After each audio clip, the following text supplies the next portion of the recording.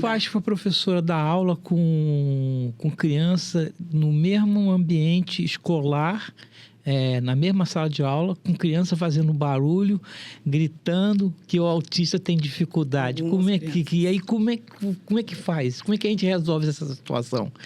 Será que não teria que ter um outro modelo de educação que separasse, tivesse uma escola exclusiva só para atender essas crianças? Porque aí você poderia ter a merenda sem a lactose, você poderia ter a merenda sem o glúten, né? Você poderia dar um olhar, um cuidado mais especial com o autista? Então, professor Júlio, quando a gente fala em separar, a gente já não está mais incluindo. Né? A inclusão é o estar junto, né? Mas só que tem que ser uma inclusão responsável. Ela tem que acontecer de forma responsável, né? Então, quando a gente fala uma sala com 40 crianças, com 5 diagnosticados e 5 não, para começo de conversa, 40 crianças com 5 laudados, né, com N situações, agora vamos conver, já é correto?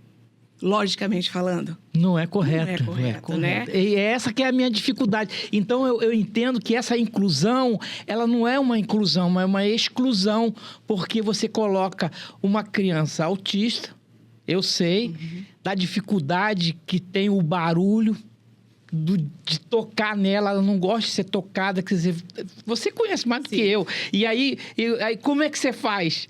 Sei lá, eu, sinceramente, é muito difícil.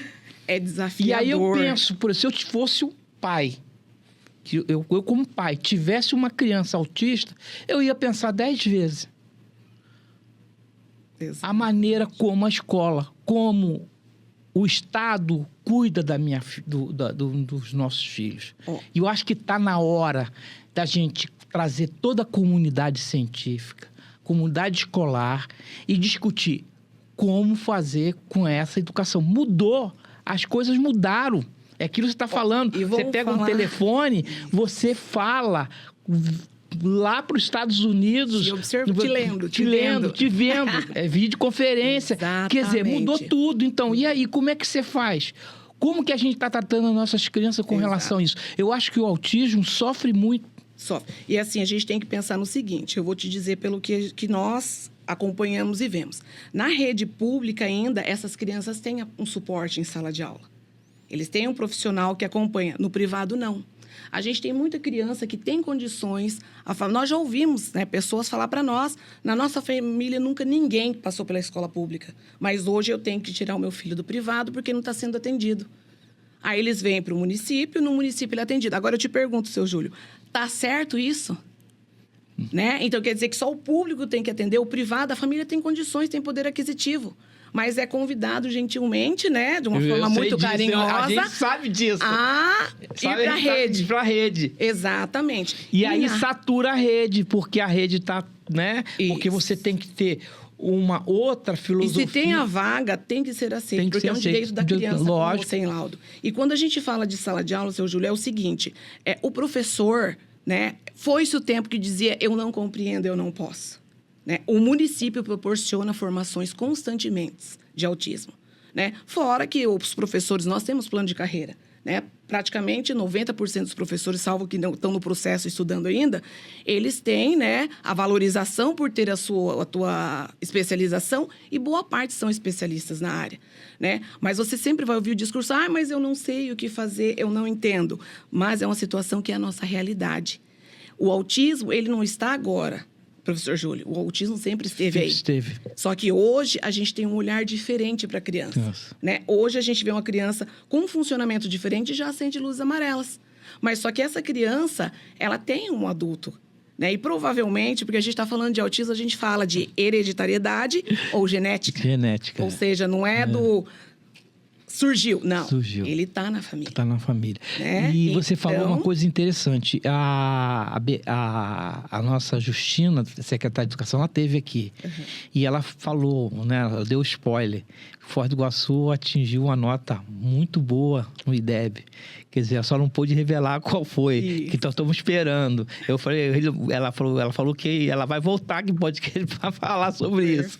Quer dizer, nós temos professores muito dedicados. Isso aí eu não tenho dúvida. dedicado até demais, entendeu?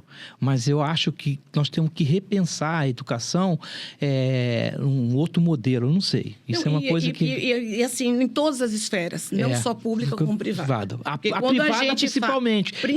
Principalmente, porque aquilo que você falou, eu sei mesmo, se a criança for autista, não estuda uma escola privada. E aí eu acho engraçado que o pessoal fica defendendo a privatização, né? Mas aí, o Estado tem que estar presente aonde? Né? Quando é no bolso. Né? Por exemplo, quando o remédio é caro demais, né? Aí ele judicializa o Estado para que o Estado pague o remédio dele. Mas esse indivíduo defende quer dizer, então essas coisas, o conceito, né? Quando cai no bolso, aí é diferente, né? Não, e aí caiu no bolso, não, meu filho já não pode estudar no colégio privado, porque lá não tem o trato que o Estado dá. Exatamente. E quando a gente fala, antes você mencionou a respeito de um espaço diferenciado. Eu penso assim, a inclusão, como eu havia dito antes, ela tem que ser responsável.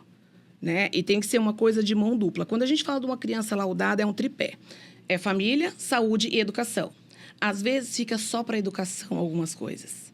Né? E aí fica complicado. E é isso que eu acho. Fica complicado, porque daí a parte que tem que ser da família, que é buscar o diagnóstico quanto antes melhor, né? Já vai tardio às vezes e está tudo bem, foi.